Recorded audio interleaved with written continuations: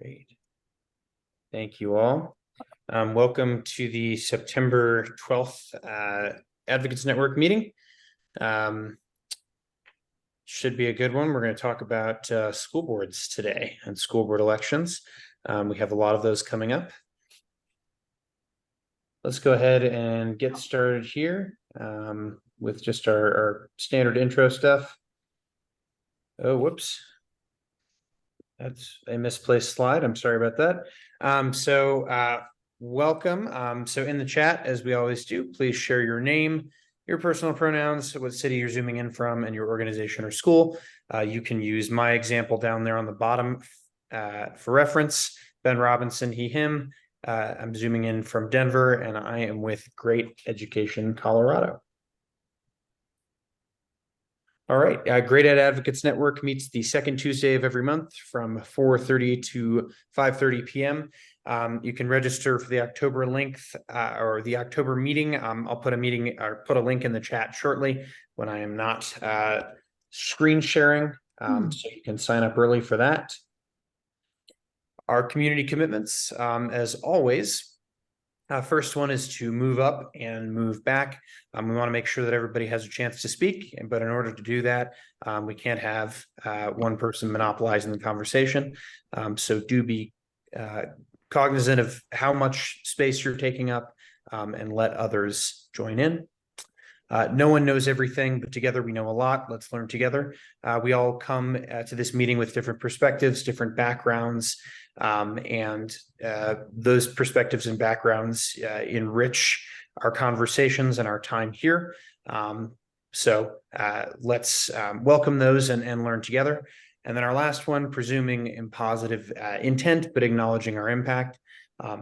If somebody says something hurtful or something that another person disagrees with, we know that we're all here to do the same thing, which is to learn and to advance the pursuit of equity in education and better school funding. So if that does happen, just acknowledge that you were in the wrong, and we can continue with the meeting. All right. Who we are as Great Education Colorado. So our vision is that through public education, every Colorado student, regardless of their zip code, learning needs, language, identities, or the color of their skin, graduates prepared to lead their best life. And then what we do.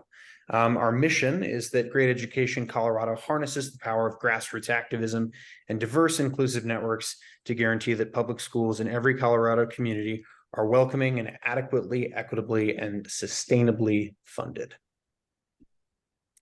All right. So at this point in the show, I'm going to turn it over to our executive director, Lisa Weil, to talk about school board races and how they fit into our public education voter campaign. So Lisa, I will go ahead and turn it over to you. Thank you, Ben. It's great to see everybody. We've gone back to this slide, which is also our vision, that through public education, every student graduates ready to lead their best life. And as we look at that, there are things that clearly, I don't have control. Ben, next slide, please. There are things that get in the way. So before I say it, I just open the floor to what are the things that are getting in the way between where we are now and that North Star of making sure that every student feels welcome in a welcoming and sustainably, adequately, and equitably funded school.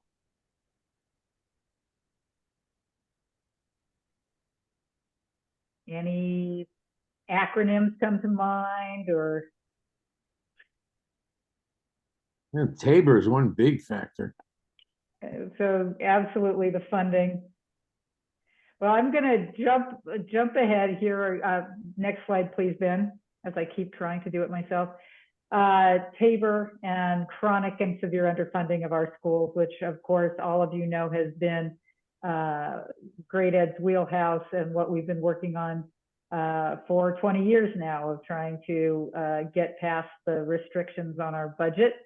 Another thing that has been coming up is privatization and voucher efforts. this narrative that education is a commodity rather than a public good. And this is rearing its head in Colorado, as there has already been one ballot measure that's been filed to enshrine vouchers in the Constitution. And the last is the well-coordinated and well-funded efforts to halt and reverse progress toward that kind of welcoming schools that we're looking for through restricted curriculum, through backing off of efforts that have been underway in school districts across the state to really create inclusive learning environments. So that's the one that we're going to focus on today. So next slide, please, Ben. So I mentioned well-connected policy and advocacy organizations. On the left is that's a graphic that was created by Logan Davis, who has been reporting for the Colorado Times Record on Woodland Park about all the organizations that are funded and working together, including, you'll see, the Independence Institute, who have come to create the American Birthright curriculum, which is been adopted by Woodland Park and is being considered by Rifle right now, despite the fact that the State Board of Education voted it down twice. And then this other is just sort of representative of how you see the Koch brother and a whole lot of other individual funders and organizational funders who are funding things like Moms for Liberty, No Left Turn, the Colorado Parent Advocacy Network, Parents Defending Education. All of these have a presence in Colorado. And so going to the next slide, as you all know, or most of you know, this number is emblazoned in my brain, 178 school districts in Colorado. That's the dividing lines of all of them. And there's about 826,000 students in our schools. So next slide then. In go up one, please. That was quick. And we'll go back to, there you go. In 2021, many people have heard about Douglas, and you've heard about Woodland Park maybe, but about 10 school districts were taken over by right-wing extremists in 2021. And 200,000 students are in those districts. Next slide, please. And here are just some of the organizations that have popped up around the state. By the way, the little flames are where there is not a majority on the board of anti-equity board members, but there's at least one on the board. So Moms for Liberty has 5 chapters, and I think they're growing a couple more. The Miller Farmer law firm is Brad Miller, who some of you may remember from GESCO in 2013 when that district was taken over. He was their lawyer, and he has been advising districts all around the state. And there's kind of a playbook. First, there's a playbook. Literally, they have a playbook of how to recruit and get people elected. But they also have a playbook afterwards. And this is what's happened in Douglas, and it's happened in Woodland Park, and then a number of other districts. They fire the superintendent. They back off whatever kind of equity policy had been adopted. In Woodland Park and Rifles cases, like I mentioned, they adopted or are in the process of adopting curriculum that whitewashes history. And well, if we look at 2023, you would have thought that the alarm would have been sounded across the state when 200,000 students are in districts where the goal of inclusive, welcoming environments has been undermined. That people would be ready for 2023. But next slide, please. These are the places where there is concern that there will be a takeover. It includes Greeley, my hometown. I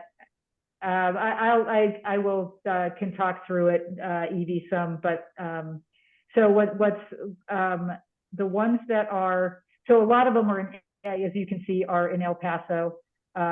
Pueblo 70 and Pueblo 60 is now, that's the city. Pueblo 70 is the ring around Pueblo West. So Pueblo 60 is under attack. Mesa has already gone.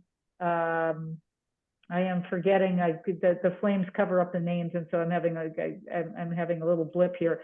But the black flames are where we're worried, and that includes Greeley, Loveland, Adams 12, which is Thornton, North Glen, Brighton, Pueblo, Gunnison, and if all of them turned, it would be an additional 300,000 students who would be living in those districts where perhaps books are being banned, and students with different identities are being bullied, and there's no action being taken.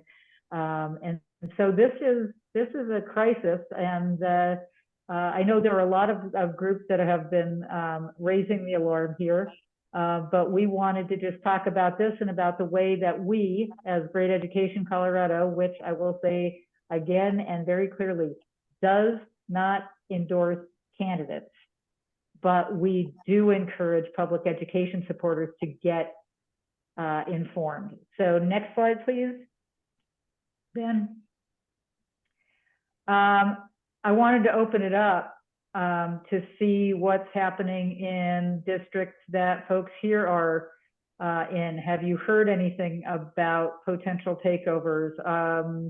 Do you have a slate, or what's being talked about in your district?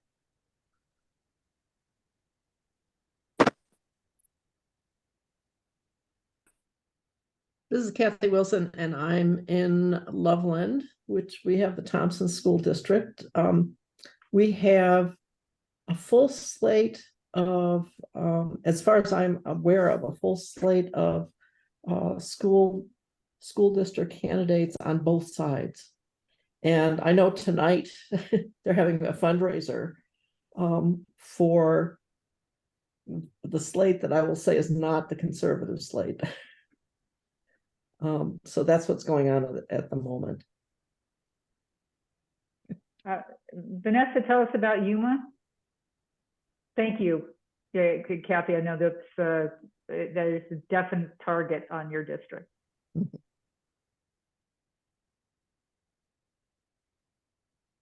Vanessa, you're muted.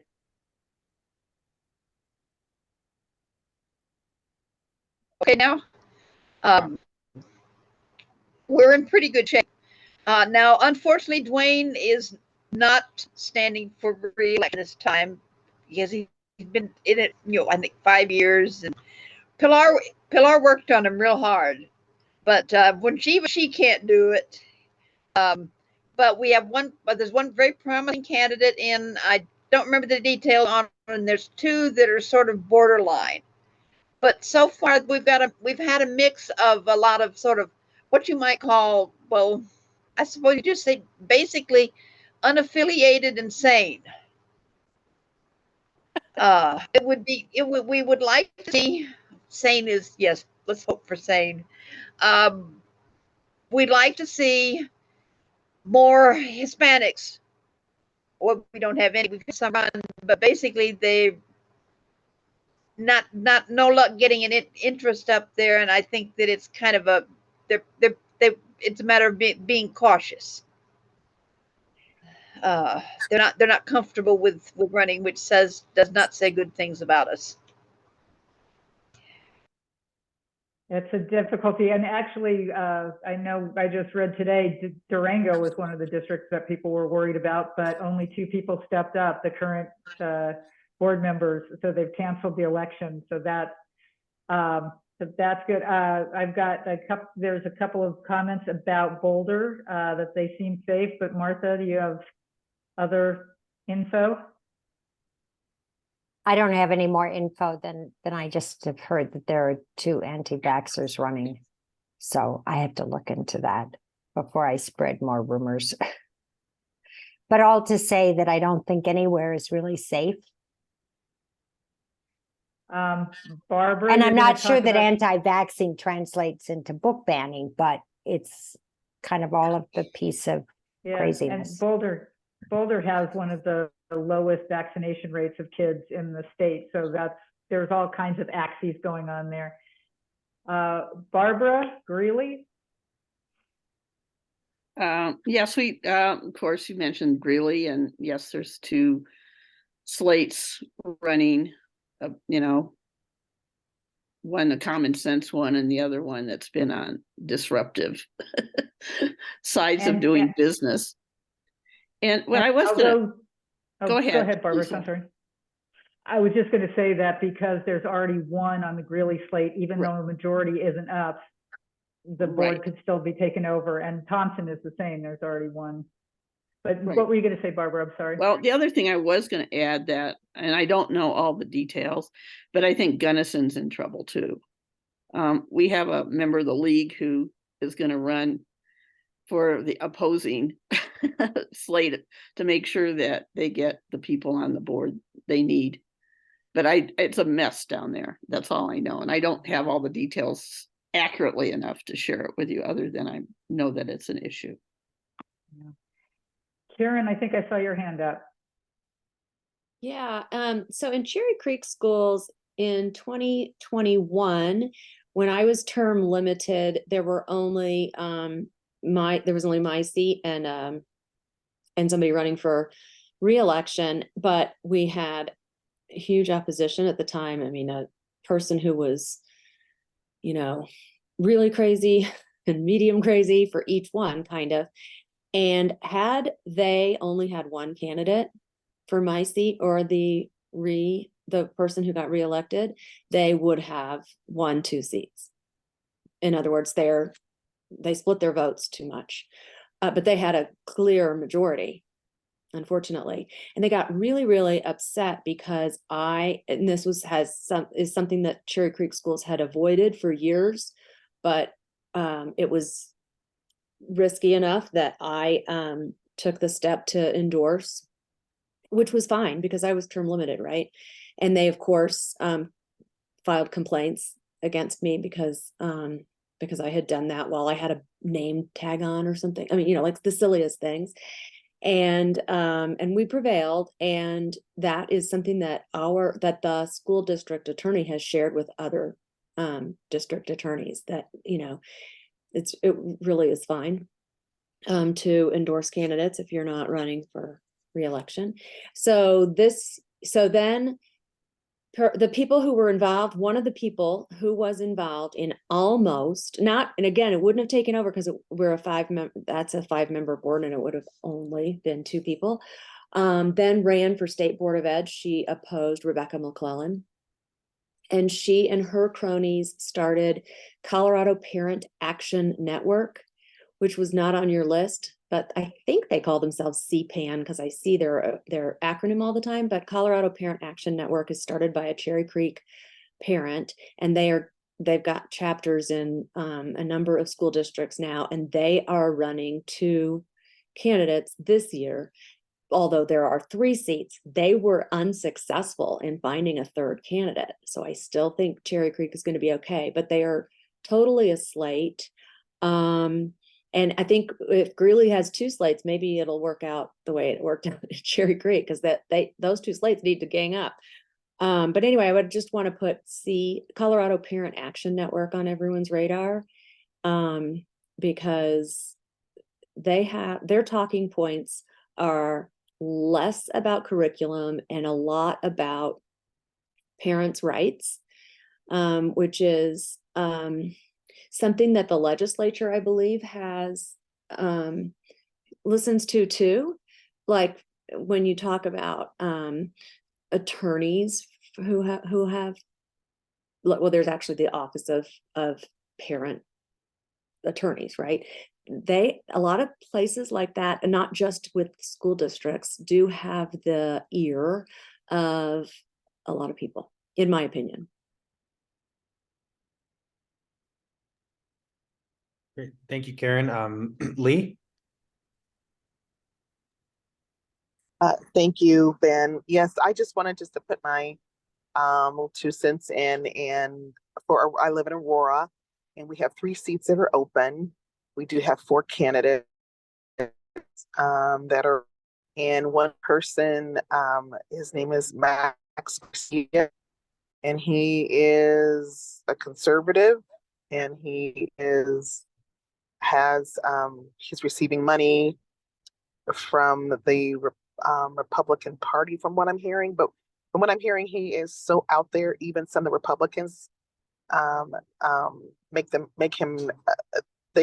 he makes them nervous. So we had a conversation, and he was up on a platform, announcing talking about himself and how he has,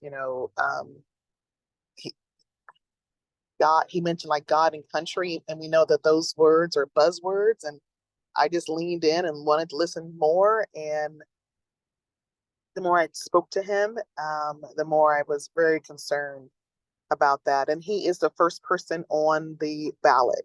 So we know that when people are voting, they just go down the ballot. If they're not aware of who's on the ballot, they just vote down, right?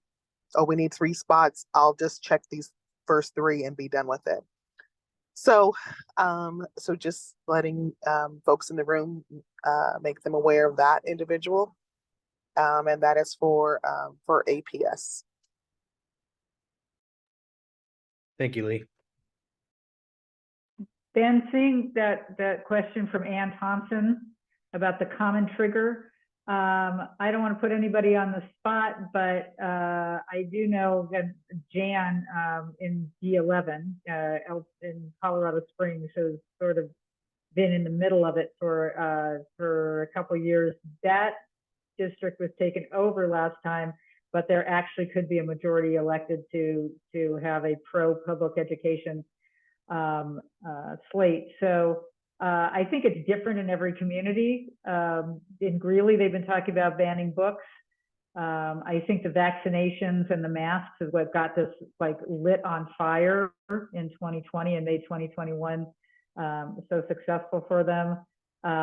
But Jan or others who are in a district where these things are happening, what have you seen as the thing that's triggering folks and getting them Well, sort of since you called out my district, the bad stuff that's going on most recently is involving transgender kids and pronouns, and whether they're not transgender or anything, just don't ask. And it's going to be like really hard. We shouldn't be asking our children that. Well, I don't know. It's kind of common if you go down the class roster, and your name is Timothy. What do you want to be called? Do you want to be Timothy or Tim? I mean, you could ask certain things, but they're saying, nope, no pronouns. So that's kind of a buzz thing that I think they're talking about. But I think the masking and keeping kids out of the classroom, even though that's not happening now, that was one of the big things. We do have a slate of 4 good people. And we have another person who used to be on the board who's also a good person, but she was in and she was out, and then she was on the board and then she quit. And then, so that might split the 4 good ones. But the worst one that was on the board now is not running. He only got elected for a 2-year term. He's the crazy pastor of some Victory Outlet church, and he's not running. So there's a possibility that we can definitely take the majority back, because there's 4 seats open and we've got 1 good person staying. So we're working really hard. The teachers are helping us. We're working with that, but there's a slate with 2 unknowns that are on there, and if you look them up, they're just wackadoodle. Sorry. Anybody else have an answer to that question about what seems to be the issue that ignites?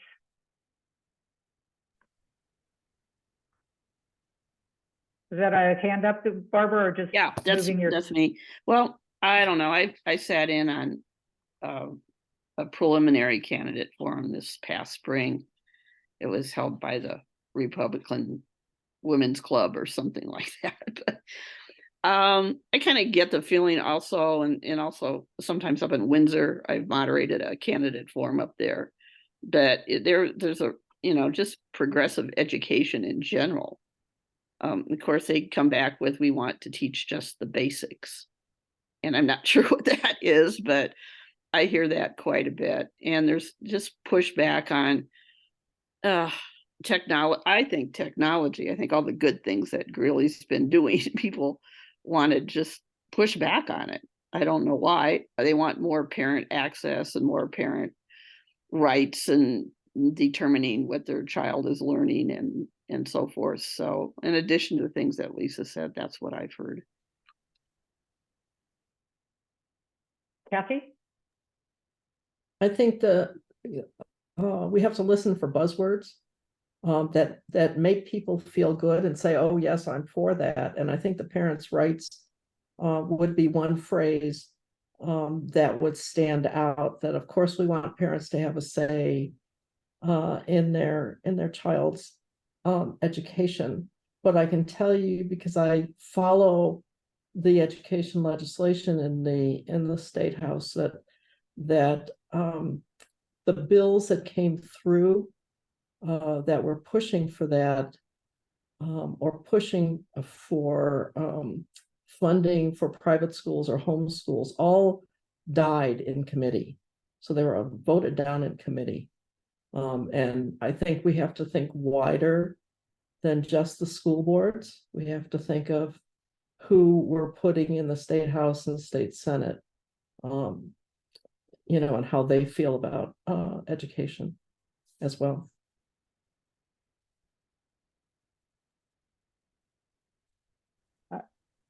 Jerry?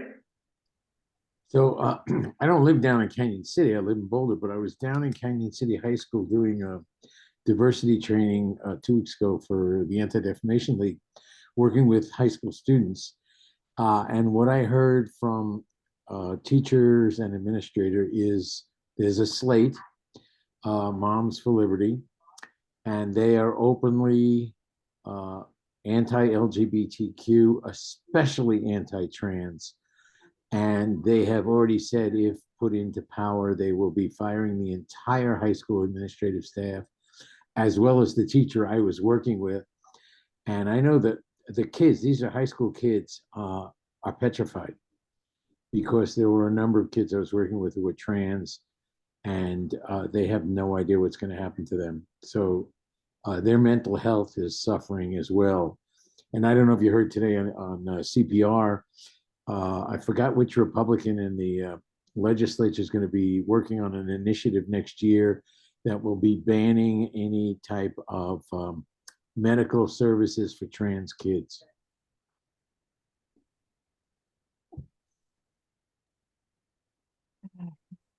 Okay, I don't, there is power in numbers and hope in the fact that we're going to be working together. So I don't want people to get, I think the goal is everybody should get scared and engaged, because the polling shows that parents do not want kids used as political pawns. They want to keep the culture wars out of schools, but there's a very vocal minority. And in 2021, that minority showed up and voted. And so one of the things that we need to think about is, how do we make sure that people who really believe in public education are going to vote? I'm going to take this opportunity again to say, Great Education Colorado is nonpartisan. We do not endorse candidates, but we do encourage people to vote. And when they vote, to do so knowing where their candidates stand on public education issues. So Ben, let's go back and we'll have more time to talk, but thank you all for giving a flavor of how this is happening all around the state, and how it's different it comes out differently in different places, but there are some real commonalities about the way that folks who do not believe in public education are taking the reins of public education right now. Yeah, I think this is a perfect, Lisa, this is a perfect segue to our public education voter ballot slate. We went over the HH and II portion of it last time. And this time, so speaking of being scared and angry and letting those things propel us to action, we also need some words we can use, some questions we can ask, as I'm sure you all saw in the emails that we sent out. So let's go ahead and get to those and get ready to take action. I will go ahead and pull those up.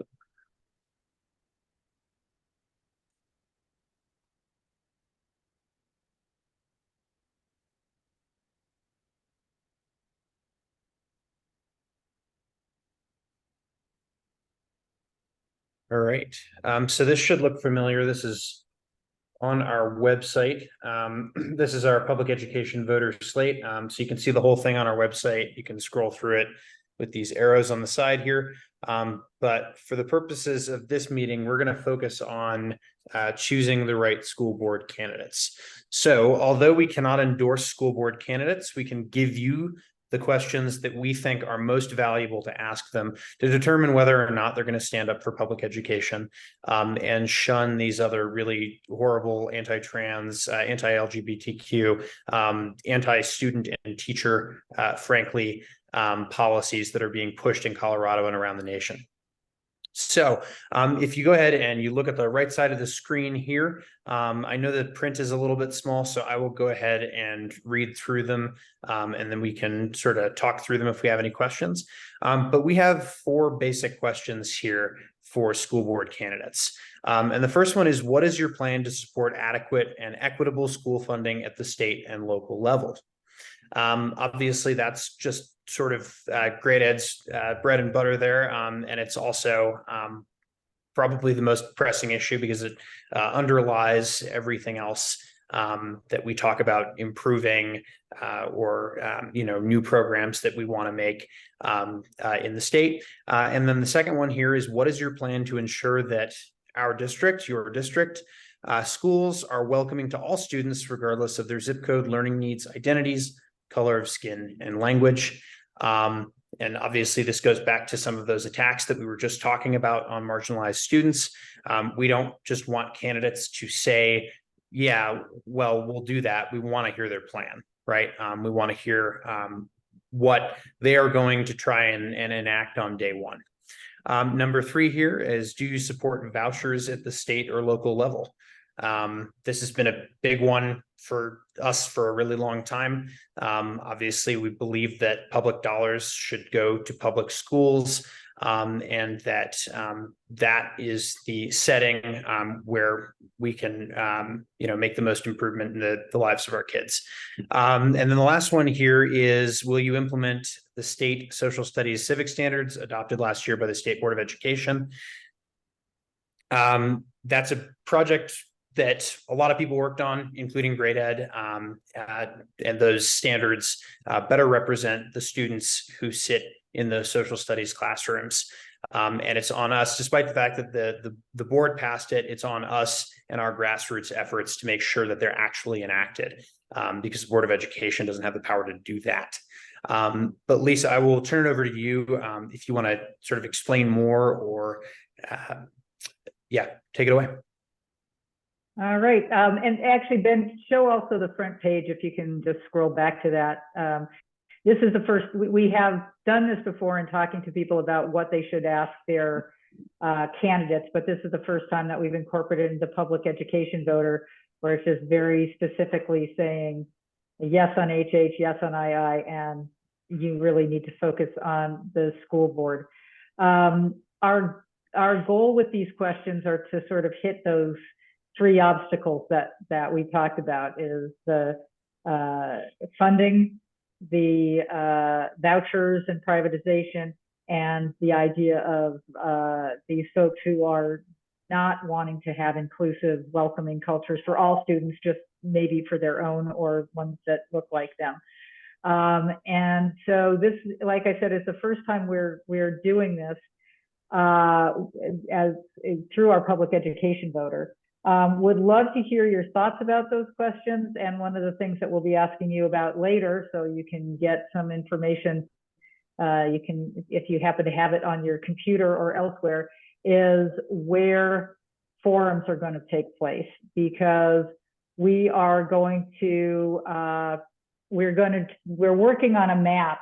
For those of you who gathered signatures, you know how we put up places on where you could find a notary or you could find a place to sign.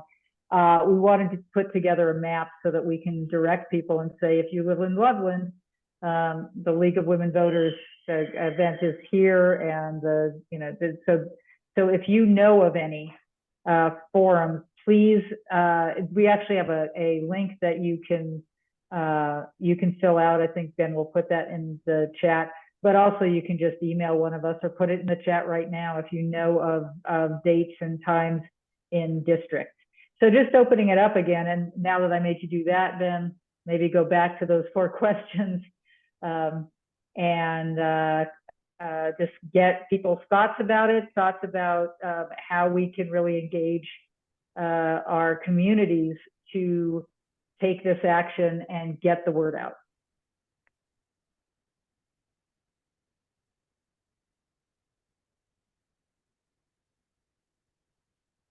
Kathy.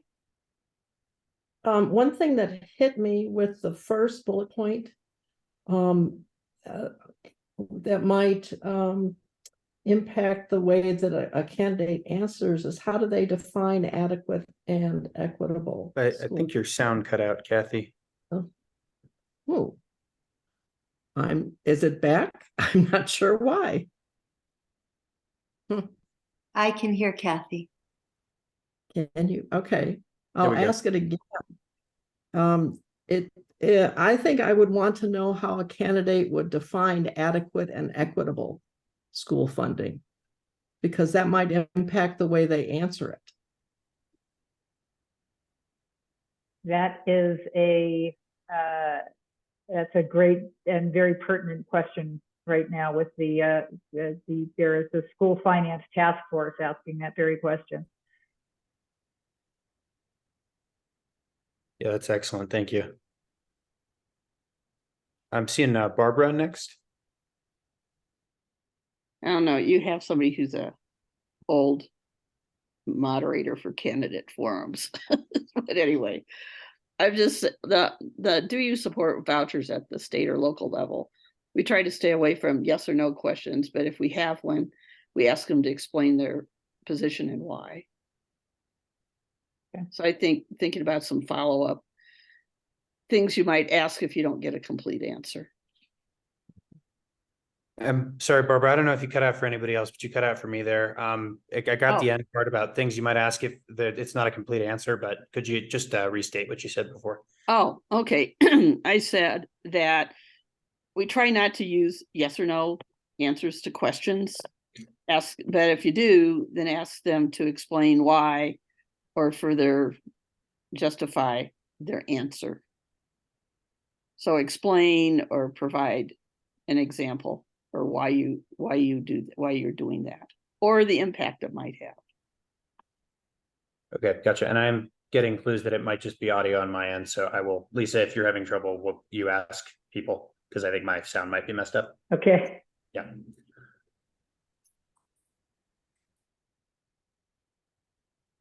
How are people, are you feeling like people know this is going on in your districts?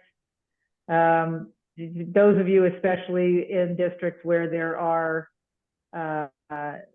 where this is a very hot topic on the ballot, do you feel like folks know about it? Well, I might say they know about it. I'm not sure how much they want to get involved. And I don't know if they understand. Right. Well, in Colorado Springs, I have not had a chance yet. The days they've been walking and knocking doors, I haven't been able to go with them, but that's the way that the average Joe is going to learn about it, even if they're not kids in school. So I think it's growing. We'll get a report back from those walks, and it's probably going to be every Saturday. And now they're starting days during the week, like after school is out. And I think we'll get a lot of people that way. If they don't answer the door, they're going to get the flyers. So people are going to know, and they're being targeted, the right people. So I think people will know. And I think in the schools, they'll know. That's heartening. Hopefully. One thing that we'll put you on notice for, and hopefully we'll be able to engage you all in, is a texting campaign that we'd like to do. We've done it before, and some of you helped us with that for Proposition CC, for Amendment B that got rid of the Gallagher Amendment for in all its glory, and we're still dealing with the aftermath of that with Proposition HH. But our goal is to text folks who are public education supporters, but may not be likely to vote in an off-year election like this. The trick to that, we're absolutely committed to doing it. The trick to it is that it has a price tag. And so if we continue to work toward finding some funding to really just bring out the public education voters. Again, we won't tell them who to vote for, but bringing out people who believe in public education as a public good is going to be critical. One concern that I know is out there is that Proposition HH has to do with taxes. Americans for Prosperity have been spending, and Independence Institute and that crowd has been spending to undermine it, tell people it's taking away their Tabor surpluses, and pretty successfully. The polling shows that people who haven't heard about it are more supportive reading it, and then you find out people who have heard this negative messaging fall off, obviously. And the concern is that will drive folks who are anti-tax to the polls without driving public education supporters and people who believe in a fair tax system will not be so emboldened or energized to vote. So that is some of you, I know there are at least a couple GESCO folks on the call. It was in 2013 when Amendment 66 was on the ballot, and turned out a lot of anti-tax folks. That was I can't remember the name of it anymore. Colorado for Kids. Anyway, it turned out a lot of anti-tax voters who also voted in the 2013 slate. So that is a concern, and one of the reasons that we feel like we have to do everything that we can to make sure that we turn out public education voters. I'm going to go ahead and stop sharing the screen real quick so I can put this link in the chat along with a couple other links. So let me do that.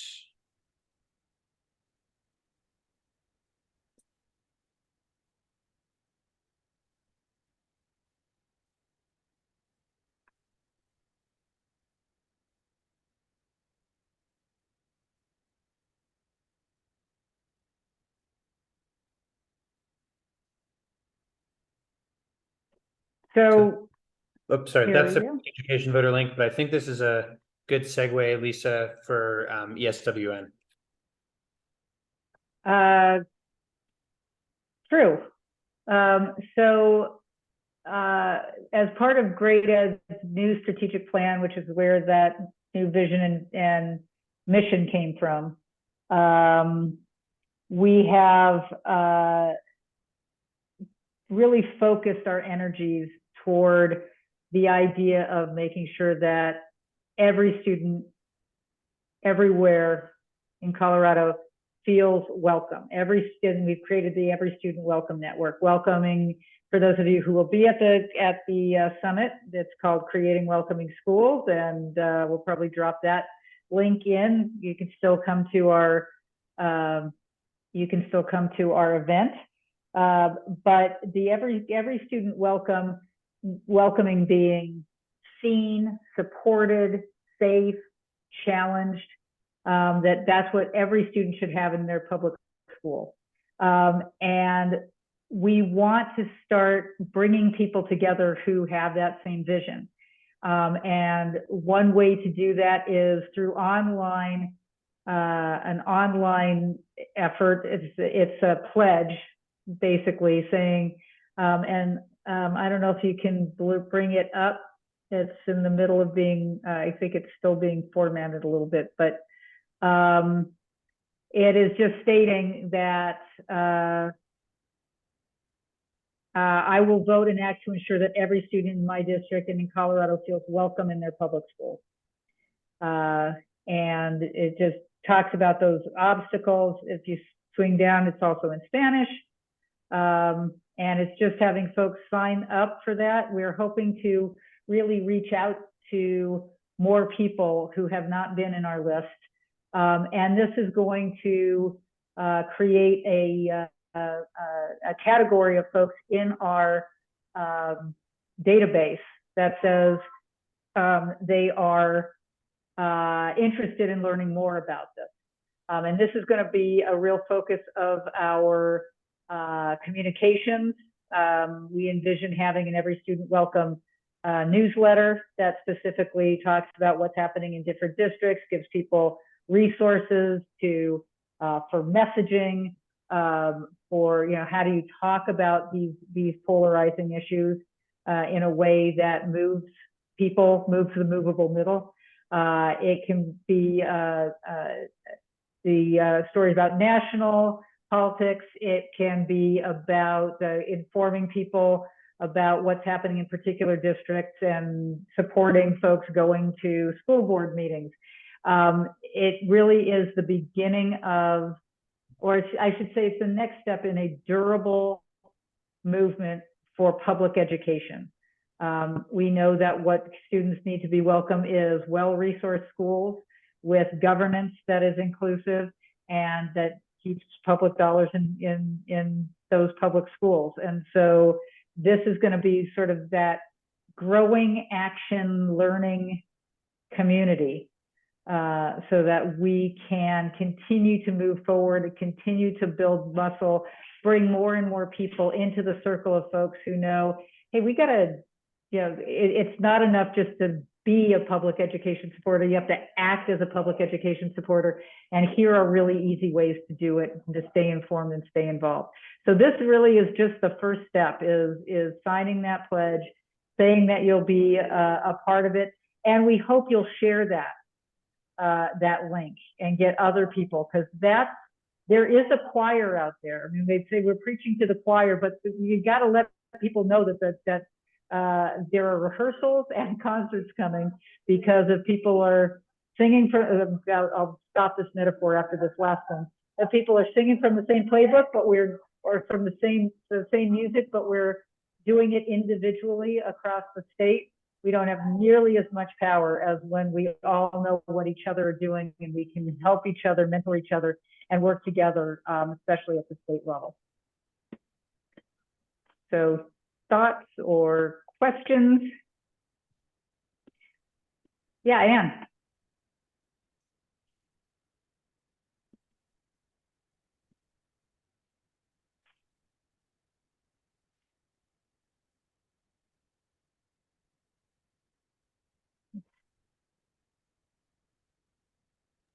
Okay, I'm unmuted. I had to leave my office because my husband has a Zoom at 5:15. Sorry. So I moved here in 2014 and we moved into the Thompson School District. We were retired teachers. And so one of the first things we attended was a league forum for the school district, Thompson School District.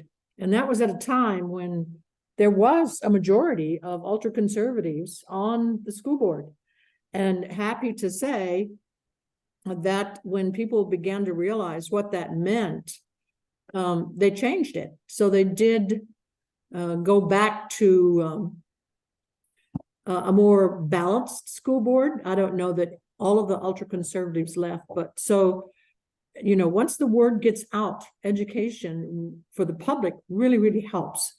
So I just want to give a word of encouragement about, educating the public on what could be the consequences of getting some of these extremists on your school board. Big fan. Very critical. And that's one of the ideas of the Every Student Welcome network and a long-term movement is that it stays. It doesn't go for, once that often it happens with mill levy overrides. It happens with school board elections where people get excited and work together and really energized and they succeed. And then, here you are again in Thompson. It happened in Douglas. So, really continuing to keep that muscle going, bringing new people in so the same folks aren't getting burned out, and knowing that you're part of something bigger and it's not just you. Vanessa, thank you for planning to share that, and that's our plan is relational organizing. It's people who will hear about it from you, so they'll know that it's something that they should trust.